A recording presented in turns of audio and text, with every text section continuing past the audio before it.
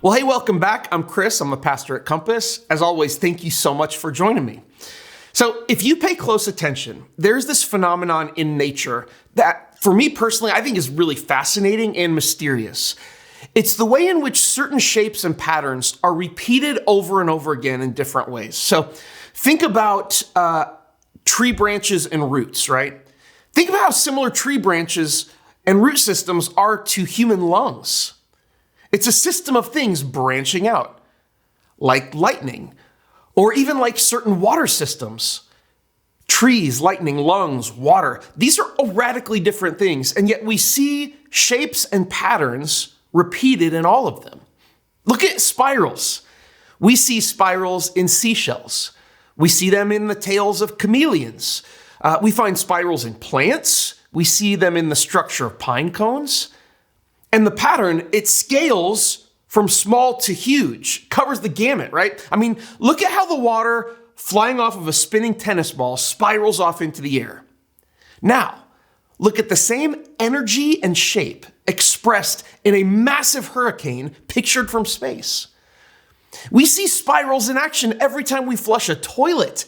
And we all actually live in a spiral because the Milky Way galaxy that our planet is part of is actually something called a spiral galaxy.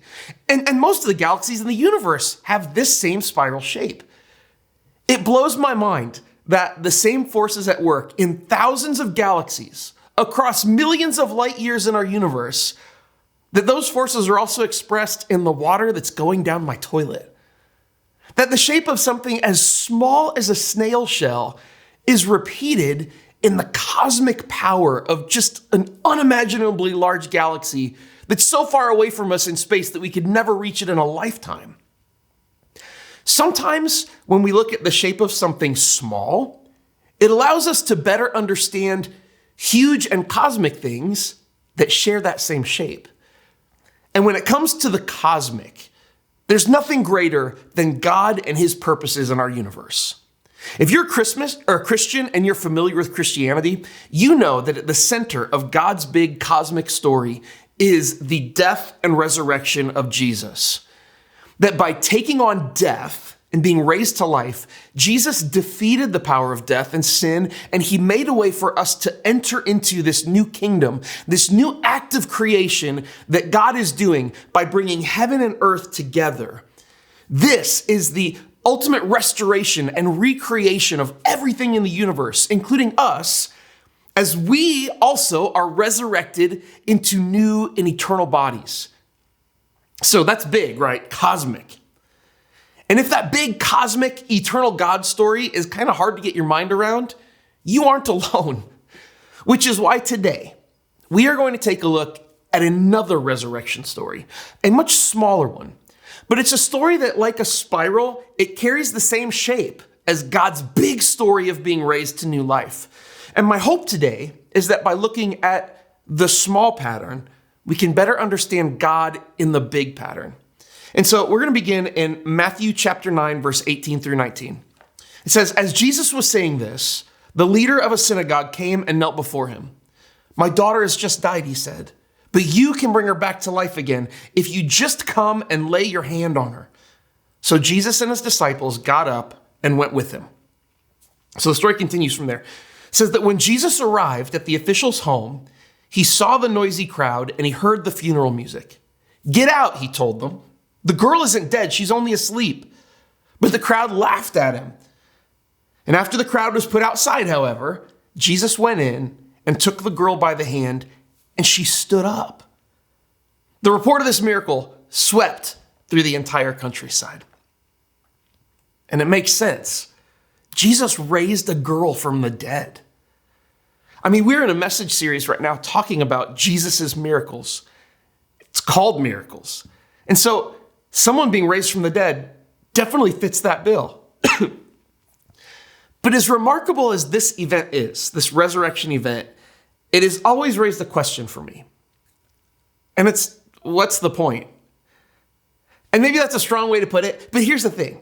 Even though Jesus raised this girl from the dead, she still eventually died again. And as amazing as the story of her coming back to life is, I mean, she didn't live forever. she still eventually died. Maybe it was 30 years later. Maybe it was 3 years later. And it's not just her. I mean, every person that Jesus ever healed still eventually died. Whether they had a few extra years or whether they had a better quality of life, everyone died. So what is there that we can learn beyond the miracle? What can we take away from this to better understand the bigger and cosmic pattern of what God is doing? And to find that out, I want to take a look at an account of this story that's actually in the Gospel of Mark, because he includes a lot more detail. And we're going to look at Mark chapter 5, verse 21. It says, Jesus got into the boat again and went back to the other side of the lake, where a large crowd gathered around him on the shore. Then a leader of the local synagogue, whose name was Jairus, arrived. And when he saw Jesus, he fell at his feet, pleading fervently with him.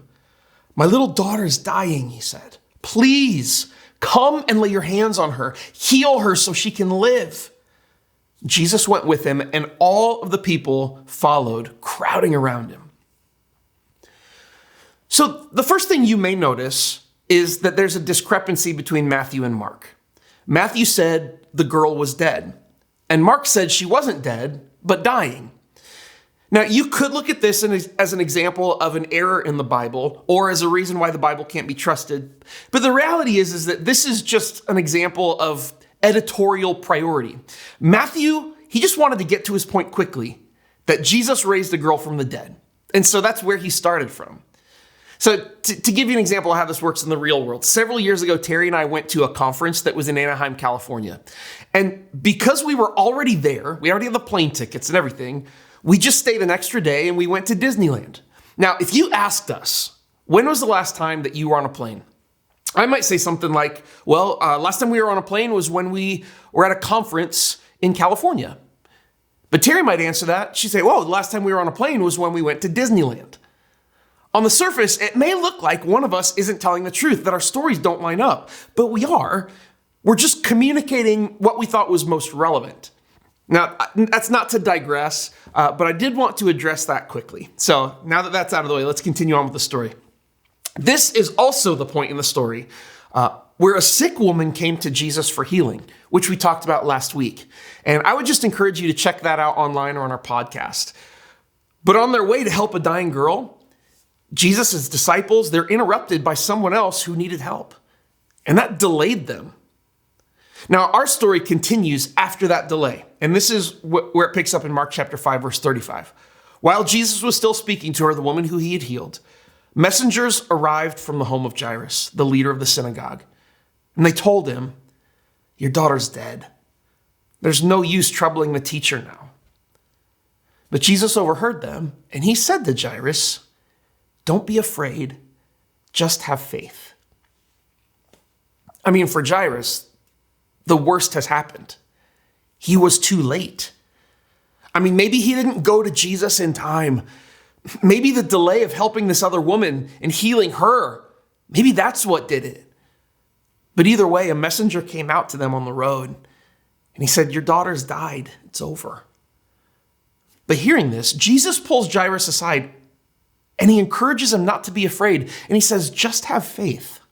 Let's continue in verse 37. Then Jesus stopped the crowd, and he wouldn't let anyone go with him except Peter, James, and John, the brother of James. When they came to the home of the synagogue leader, Jesus saw much commotion and weeping and wailing, which, right, you would expect. A little girl has died. So after hearing the news on the road that she's dead, Jesus, he ditches the crowd that's been packed around him, following him. And Jesus and 3 of his disciples continue with Jairus to Jairus' home. And I imagine that was a pretty heavy and a quiet walk, at least until they arrive to find a crowd of people who are weeping and wailing loudly. This was actually a Jewish custom. See, whenever someone died, there were professional mourners who would come out and they would grieve with the family. They would play instruments, play music, and they would chant funeral dirges.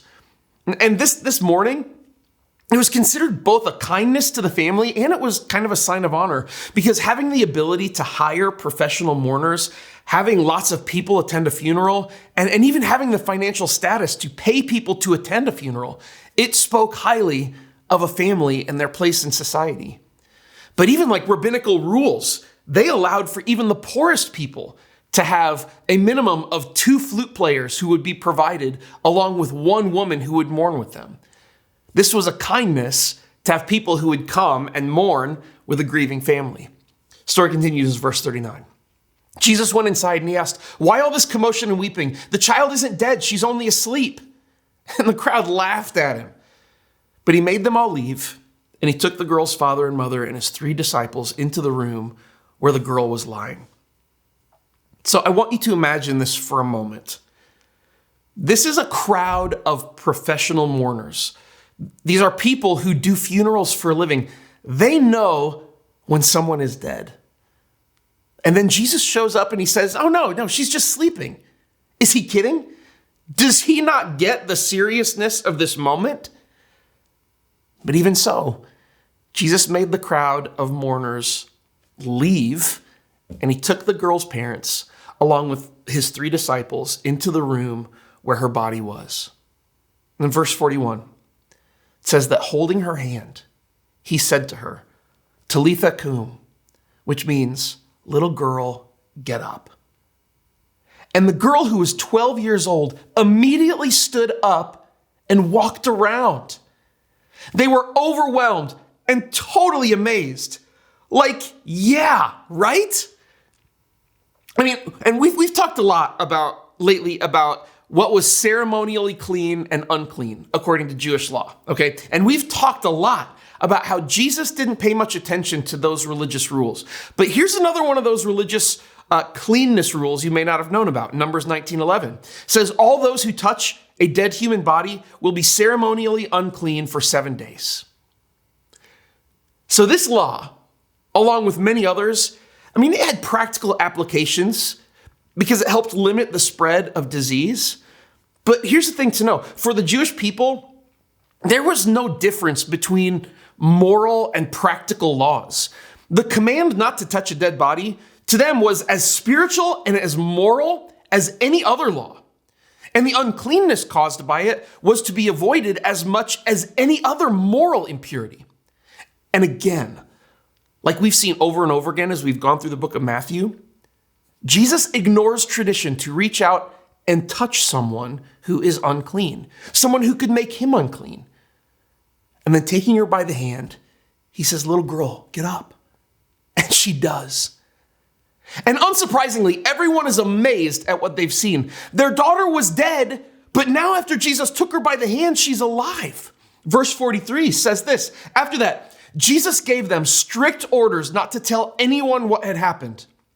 And then he told them to give her something to eat." This verse might contain for me what are the most remarkable details of this story. So first, Jesus told them not to tell anyone what had happened, which is strange. Because just take me, for example, if I wanted as many people as possible to come to Compass, and I could raise people from the dead, you can bet I would be posting videos on TikTok of me resurrecting people all day. I'd want everyone to know so that I could increase my following. I could increase our church. But Jesus did the opposite. And then the other remarkable detail that Mark includes is that Jesus told them to give her something to eat. This detail is so small, but it carries with it so much care. Jesus just raised a girl from the dead, but was still concerned enough to make sure that she wasn't hungry. So now that we've gone through this story, I want to try to bring everything home now by looking at the spiral pattern that exists in it. If the story of this little girl's resurrection has the spiral shape and size of water spinning off a tennis ball, then Jesus' story of resurrection has the cosmic shape and size of a spiral galaxy. But in spite of the differences in scale, these stories reflect each other in a way that allows us to better see the big picture by looking at the small picture. And there are two specific things that I want us to see in the spiral. The first is that Jesus touches unclean people to make them clean. The cosmic big picture of the gospel is that Jesus is redeeming broken and dying creation by raising it to new life into a new creation. It's the cosmic story is the story of Jesus bearing the sin and brokenness of this world in his death and being raised to new life again. But in the same way that Jesus took one little girl's hand, touching her ceremonial impurity, Jesus touches the sin and death of all humanity. And with his hand stretched out on the cross, he touches the hand of every single person who's impure, unclean, and dead in their sin. And he whispers into the vastness of all creation, get up. Jesus' death and resurrection may be at the scale of the whole universe, but his touch in the life of every single person is exactly the same as when he took the hand of that one little girl. Jesus is not afraid of our uncleanness. His touch redeems it and raises us to new life in him. Then the second thing we can learn from the spiral, Jesus' resurrection is a deeply personal act of love. I can't get past that last verse and what it means when we scale it up to the cosmic spiral of God's story. Jesus didn't want her parents to tell anyone what had happened, and he wanted to make sure that she wasn't hungry. So why didn't he let them tell the world? Would it not have given him more fame and credibility and political power for everyone to know what he could do? Of course it would. And anyone in his shoes would want people to know what he did. I mean, I post a picture on social media every time I cook a meal that looks halfway decent. Why wouldn't Jesus want the world to know that he had raised a girl from the dead? Because he didn't do it for the crowd. He did it for her. And he did it for her family. And he did it because he cared for them. And that was enough. And we see that care reflected in his concern that she gets some food. Jesus, who has the power of life and death, cares enough more than just about our eternal status. He cares about whether we've had enough to eat. God's big picture plan is resurrection and new life for us and all of creation. And Jesus opened the door for us into that with his own death and resurrection. But the small spiral shows us that God's big plan is not just a cosmic display of his power, but a deeply personal act of love for the people he cares for. That the galaxy of his love and life are repeated throughout all creation, all the way down into the smallest details of our lives. And our invitation into that cosmic and deeply personal story, it begins with Jesus reaching out his hand to us and saying, don't be afraid, just have faith. And that's Jesus' message for you. No matter the scale of what you are facing in your life, no matter the measure of the death that you are facing in your life, and the hurt and the pain and the separation from God, no matter how great you feel your own uncleanness and impurity to be, Jesus is reaching out his hand to take yours. And he's looking you in the face and he's saying, don't be afraid. Just have faith. Just put your faith and your trust in me. Put your faith and trust in my guidance and my direction. Have faith that I want you to have the best life that you could live. Have faith that I understand, having created and designed you, what is best for you. And have faith and trust that as you take my hand, that I will turn the uncleanness, the impurity, and the death in your life into new life. Say yes to Jesus today, and I will see you next time.